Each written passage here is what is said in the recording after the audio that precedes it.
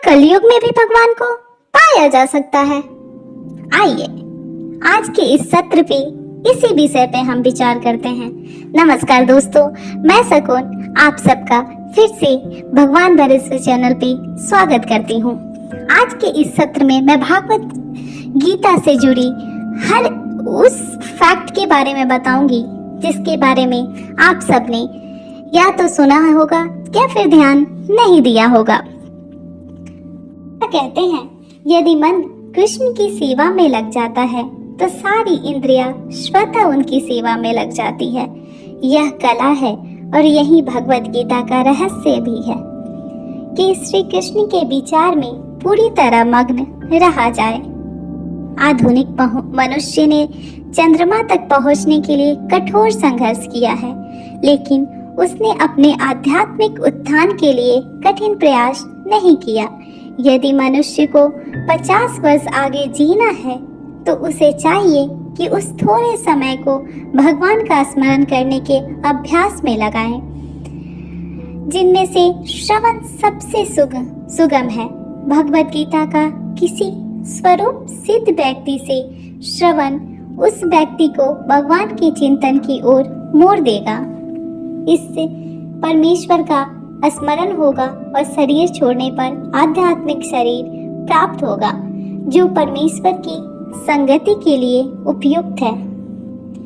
श्री कृष्ण कहते हैं, हे अर्जुन, जो व्यक्ति पथ पर विचलित हुए बिना अपने मन को निरंतर मेरा स्मरण करने में व्यस्त रखता है और भगवान के रूप में मेरा ध्यान करता है, वह मुझको अवश्य प्राप्त होता है।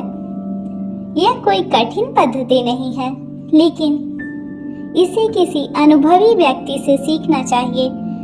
तद विज्ञानार्थम सह गुरुमेवाभिगच्छति।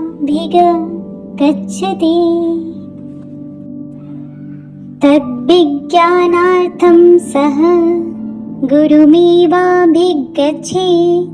अर्थात मनुष्य को चाहिए कि जो पहले से अभ्यास कर रहा हो उसके पास जाए। मन सदैव इधर उधर भटकता रहता है, किंतु मनुष्य को चाहिए कि मन को भगवान श्री कृष्ण के स्वरूप पर या उनके नामोच्चारण पर केंद्रित करने का अभ्यास करें।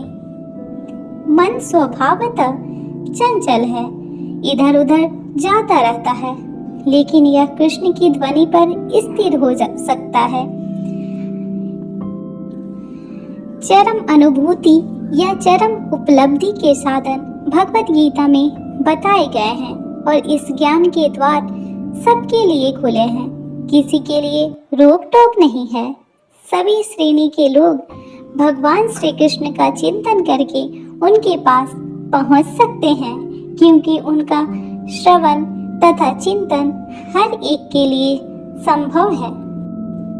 यदि कोई भगवत गीता में बताए गए सिद्धांतों को ग्रहण करता है तो वह अपना जीवन पूर्ण बना सकता है और जीवन की सारी समस्याओं का अस्थायी हल पाता है। यही पूरा भगवत गीता का सार है। भगवत गीता दिव्य साहित्य है जिसको ध्यान पूर्वक पढ़ना चाहिए। यदि कोई भगवत गीता के उपदेशों का पालन करे तो वह जीवन के दुखों तथा चिंताओं से मुक्त हो सकता है। वह इस जीव में सारे भय से मुक्त हो जाएगा और उसका अगला जीवन आध्यात्मिक होगा। भगवान की कृपा से उसके सारे पूर्व दुष्कर्मों के फलों का उस पर कोई प्रभाव नहीं पड़ता। भगवान कहते हैं, सब धर्मों को त्याग कर एकमात्र मेरी ही शरण में आओ, मैं तुम्हें समस्त पापों से मुक्त कर दूंगा, तुम डरो मत। इस प्रकार अपने शरण में आए भक्त का पूरा उत्तरदायित्व तो भगवान अपने ऊपर ले लेते हैं और उसके समस्त पापों को क्षमा कर देते हैं। मनुष्य जल में स्नान करके नित्य अपने को स्वच्छ कर सकता है, लेकिन यदि कोई भगवत गीता रूपी पवित्र गंगा जल में एक बार भी स्नान कर ले तो वह भौतिक जीवन की मलिनता से सदा सदा के लिए मुक्त हो जाता है। वर्तमान युग में लोग सांसारिक कार्यों में इतने व्यस्त हैं कि उनके लिए समस्त वैदिक साहित्य का अध्ययन कर पाना संभव नहीं है, परंतु इसकी आवश्यकता भी नहीं है। केवल एक पुस्तक भगवत गीता ही पर्याप्त है, क्योंकि यह समस्त वैदिक ग्रंथों का सार है और इसका प्रवचन भगवान ने स्वयं किया है। ऐसा कहा जाता है, जो गंगा जल पीता है वह मुक्ति प्राप्त करता है। अतएव उसके लिए क्या कहा जाए जो भगवत गीता का अमृत पान करता हो। भगवत गीता महाभारत का अमृत है और इसे भगवान श्री कृष्ण ने स्वयं सुनाया है।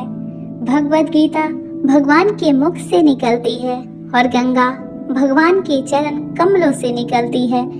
निस्संदेह भगवान के मुख तथा चरणों में कोई अंतर नहीं है, लेकिन निष्पक्ष अध्ययन से हम पाएंगे कि भगवत गीता गंगा जल की अपेक्षा अधिक महत्वपूर्ण है। यह गीतोपनिषद भगवत गीता, जो समस्त उपनिषदों का सार है, गाय के तुल्य है और ग्वाल बाल के रूप में विख्यात भगवान श्री कृष्ण इस गाय को दूह रहे हैं। अर्जुन बछड़ी के समान है और सारे। तो आइए हमारे साथ भगवत गीता के इस परम गंगा में स्नान करने के लिए सहज हो जाइए और प्रेम से बोलिए राधे राधे।